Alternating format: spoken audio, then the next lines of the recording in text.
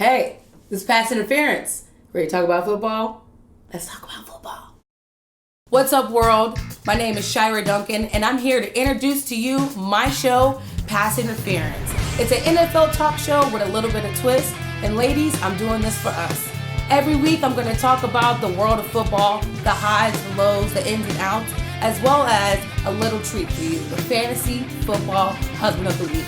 We're going to see the man behind the number. And every week, I'm going to teach you a lesson in football, from penalties, offsides, safety, you name it. So check me out every Wednesday.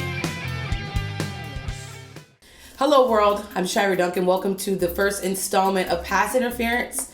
This episode is going to be basically 2-in-1. We're going to go over week 1 and week 2 of the NFL football season thus far in the regular season. So the reason why I didn't put out my first video last week was because of Hurricane Irma. She just came in and wrecking things, and causing all kind of havoc. So just to keep everyone safe on my end, I went ahead and just put 2 shows together in one. But moving forward, I'll be doing this every week. So every Wednesday will be a new episode. But this week, we're just going to switch it up a little bit.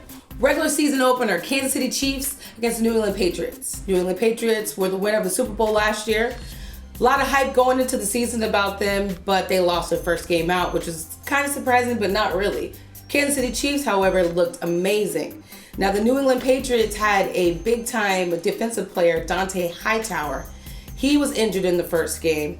And the Kansas City Chiefs' big-time safety, Eric Berry, was injured during the game. Now, the difference between the two is that Hightower will be back this season, but Eric Berry won't. So one of the weak points for Kansas City moving forward is going to be their safety position.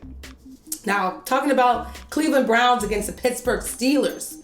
Now, I've been saying to everybody, and they think I'm crazy, but I really feel like Cleveland is going to make a change. Now they're not going to the Super Bowl. No, they probably won't go to the playoffs either. But they're going to be a different team. They're going to win more than 2 or 3 games. And they definitely put up a fight against the Pittsburgh Steelers, which we all know is just one of the classic all-time football clubs. I mean, what else do I need to say? Big Ben. Now the Buccaneers, Tampa Bay Buccaneers, the Miami Dolphins, now they had a bye because of Hurricane Irma. So that kind of switched up things. So week 1, we didn't have anything from them. Philadelphia Eagles, Washington Redskins, they opened up the season opener. Now that's a big rivalry game. So coming out the gate, there's going to be a lot of passion on the field. And basically the Eagles won that battle. So we'll just keep moving on. All right, another big rivalry for week 1 is Dallas Cowboys against the New York Giants. Now star receiver Odell Beckham Jr., the Head and Shoulders commercial, the blonde guy, you know what I'm talking about. So he was injured in preseason due to his ankle, so he's out game 1. Now, again, with these rivalry games, it's crazy. No matter what the standings are, or the playoff, Super Bowl, however you want to think it, you want to win that game. You can lose all the other games, but that game against your big rivalry, you want to win that game. And they did not. Dallas came out, wrecked shop, 19-3. Definitely a big game for them.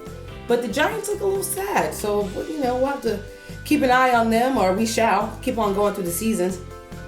Now we have the Minnesota Vikings, New Orleans Saints. Now, Adrian Peterson, he is a running back. Now, Adrian Peterson played for the Minnesota Vikings for a long time.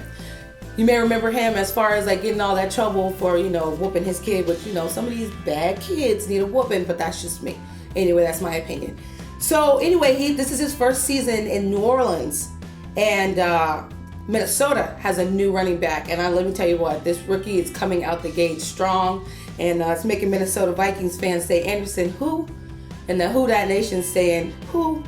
I don't know, we'll see. This game, though, Adrian Peterson only had 5 carries. He didn't really run the ball, but the Vikings ran all over them. All right, another big game out of week 1 is the Minnesota Vikings against New Orleans Saints. Now, the reason why this is a big game is because their running back, Adrian Peterson, who is now with the New Orleans Saints, played a long time with the Minnesota Vikings, did wonderful things for them. But he didn't do anything for the Saints. Probably have the Saint fans feeling a little okay. I was a little excited for him to go to New Orleans. I thought maybe they would do big things. But I think I'm more excited about the rookie running back that's coming out of Minnesota. But we'll talk about it as the week goes on because, just like a shooting star, they flare and they fizzle out. So we'll just see how that goes. Moving on into week 2, okay? So now this is recent. We're all in the now. We're into the basics. Week 1, Houston kind of got beat up a little bit by Jacksonville, but they came back, brought the pain for the Cincinnati Bengals. The Tampa Bay Bucks, now that's my sleeper team. I'm saying it now. World, you hear me? I'm saying it right now. That is my sleeper team this year, the Tampa Bay Buccaneers. They're going to be a different squad. There's somebody to look out for, especially in the NFC South. Tampa Bay Buccaneers, they come off of that bye with Hurricane Irma. They went ahead and beat the Bears, but it's kind of expected. The Patriots beat the Saints, but it wasn't as easy as they thought. Now, I'm starting to feel that the New England Patriots may not be the same squad, but then again, they have a lot of injuries. They have a lot of big-time players that are injured, especially one of their receivers, which is Julian Edelman. But we'll get to him later as well. The New England Patriots, they beat the Saints this week, but it really wasn't an easy win for them. They fought tooth and nail, which means I feel like New England's going to have a little trouble this year, but we'll just kind of keep an eye on that. Keep an eye on them during the week. After losing their safety, week 1, Eric Berry, again, the Kansas City Chiefs pulled it out. They pulled it out. I mean, they fought. They made a lot of mistakes, but they came back in and they beat Philadelphia Eagles. But it wasn't easy, let me tell you, to the end, to the very, very end. All right, Oakland Raiders. I don't think I need to say too much about them. They are strong and coming out beast mode. They played the New York Jets this week, and they blew them out the water. There's a lot of videos going around about Marshawn beast mode Lynch losing his mind on the sidelines, and I feel like that is the energy that the Oakland Raiders are bringing to the table this year. They should have went further last year, but Derek Carr, their quarterback, his leg got broke second to the last game of regular season, and they did it on the playoffs. The backup wasn't able to do what they needed to do, but this year, I'm telling you right now, another team to look out for. Oakland Raiders, go ahead, black and silver. That might be my team, but you know I'm unbiased. I don't do that kind of thing. Sunday night, Broncos, Denver Broncos, Dallas Cowboys coming in the gate. I'm sure a lot of you Dallas Cowboy fans going into Denver. Oh, we're gonna wreck shop. We're gonna get them. Oh no. All right, Sunday Night Football, Denver Broncos against the Dallas Cowboys at Denver. Now this game, I feel like was favored by the Dallas Cowboys coming in. They're definitely a stronger football team, but the defense that the Denver Broncos have, especially for the run game, showed its tail last night. They whooped them. I mean, there's nothing else that I can really say other than that was just a pure ass whooping, pardon my French. Ezekiel Elliott, we all know who Ezekiel Elliott is. He's a running back out of Dallas. He's been having all the court situation with the domestic violence, everything like that. That's a whole nother story and a whole nother show.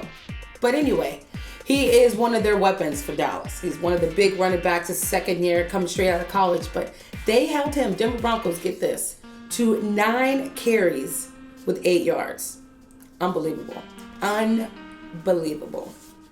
Coming out of week 2, we have 6 teams, 2-0. Right? We got the Baltimore Ravens, Pittsburgh Steelers, Carolina Panthers, Oakland Raiders, Denver Broncos, Atlanta Falcons, and the Detroit Lions. Some of these teams have been here before, some haven't. We can't get too excited. We're not going to make any predictions yet. I will start making predictions about week 7-10-ish, but week 2 I would not. There's no point. Injuries can happen. It can change the entire game, scheme, everything, you name it. But I'm feeling really good and really strong about a couple of these teams. But again, I'm not biased, so I don't like to put my fan base Raiders. No, I'm sorry, just playing. But I am excited about the Oakland Raiders. I'm actually very excited about the Detroit Lions. They haven't done much actually in the last 2 seasons, and I hope that they can show up and show out, especially with their quarterback. All right, now it's time for my favorite segment of this show. Ladies, this is for us because these football players have on the big old pads and the helmets and that big number and the nice pants, though we always like the pants. But you don't know who that guy is. Like, you don't know what he looks like. So I have created the Fantasy Football Husband of the Week. Okay? So this week we're going to do 2. Every week is going to be only 1. But this week, we're putting 2 shows together. So we're going to have 2. First Fantasy Football Husband is going to be Colin Kaepernick. Now, as we all know, he does not play in the NFL anymore. He has not been signed. He's been a free agent. He's fighting for a good cause, and even there's a lot I can say, there's a lot of opinions into that.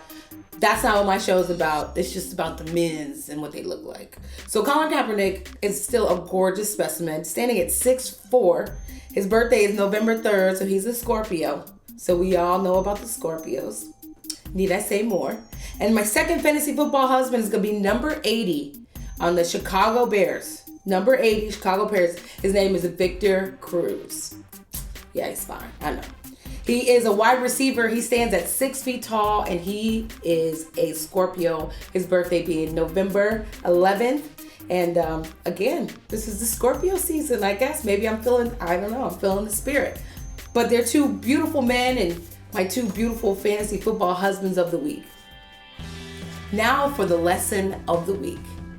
I am going to give you a lesson in football so that the next week, when you're watching the games, you'll know a little more than you did last week. That's the whole goal.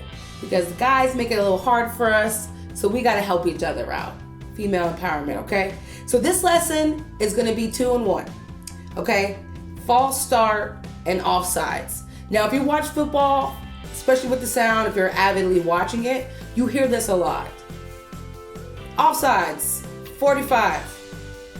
False start, 23, okay? So let me tell you the difference so you understand what's going on. Because for me, this was something that I learned that just blew my mind, and it kind of blew the knowledge of football and understanding the game out of the park, okay? So when you hear false start, 45, that's offense. False start can only be on offense.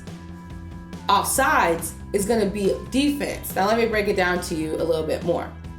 If a member of the offense moves before the actual start of the play, that is going to be a false start.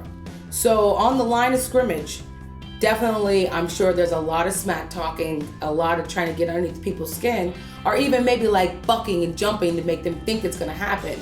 So if the defensive member is able to trick one of the offensive linemen to move before the ball is snapped, boom, false start. They get a penalty. It's a 5-yard penalty. Repeat downs. Usually it's repeat downs. Offsides is going to be when the defense makes a move before the ball is snapped. Again, now this can go from the offensive lineman doing whatever, talking smack, making them seem they're going to move, or however they do it, whatever tricks they have. That is going to be offsides, 5-yard penalty, repeat downs. So that could be clutch if there's something going on in the game, or you have 30 seconds left, maybe you need to get down to field goal range, and boom, 5-yard penalty pushes you back. I mean, that could just cost a game. So just a little tidbit, and that is our lesson of the week. All right, week 2 Sunday night game. Green Bay Packers at Atlanta Falcons Mercedes-Benz Stadium, which, okay, I live in Atlanta, and that stadium is everything. If you're ever in Atlanta, live in Atlanta, just drive by that thing. It is gorgeous. It is worth every piece of your eye lens looking at it. Like, I just want to take it and just like put it in my living room and look at it all the time, because it's like the most beautiful thing I've ever seen. Anyway, being a girl, back to football. So Green Bay Packers lost 34-23. They had a substantial lead, Atlanta Falcons, and then all of a sudden I think they got comfortable. Now this is my problem with Atlanta Falcons. They get too excited. I feel like they think they got it before they have it. And I think they forget who they're playing. And that's Aaron Rodgers. Aaron Rodgers is going to come back. He is a force to be reckoned with. He has weapons on the field. I mean, need we say more? Atlanta needs to play football till the clock reaches 0.00. I'm just saying, putting it out there. Monday night game. Detroit Lions at New York Giants Stadium. And let me tell you what. New York, you're hurting. They're hurting. If you're Giants fans out there, I'm sorry, but you guys don't look too good. And Eli Manning is looking like he is losing his fire. I don't know what's going on. I don't know if it's maybe a disconnect. Maybe having no Odell Beckham Jr. week 1. Who knows? But he did not look good at all. Came out, made some very rookie mistakes for a veteran, I will admit. But at the same time, though, they could turn things around. There's definitely a lot going on with the Giants, so we'll just have to see what happens. Monday Night Football this week, week 2. Detroit Lions at New York Giants Stadium. Now, Detroit Lions won 24-10, but No matter if the score is just kind of minimal, the New York Giants did not look very good at all. All right, well, that's it for my week 1 and week 2 combined show. Now, thank you for tuning in. Now, be sure to subscribe to my channel so you can come see me every Wednesday when we talk about football in a language that we ladies understand. Peace.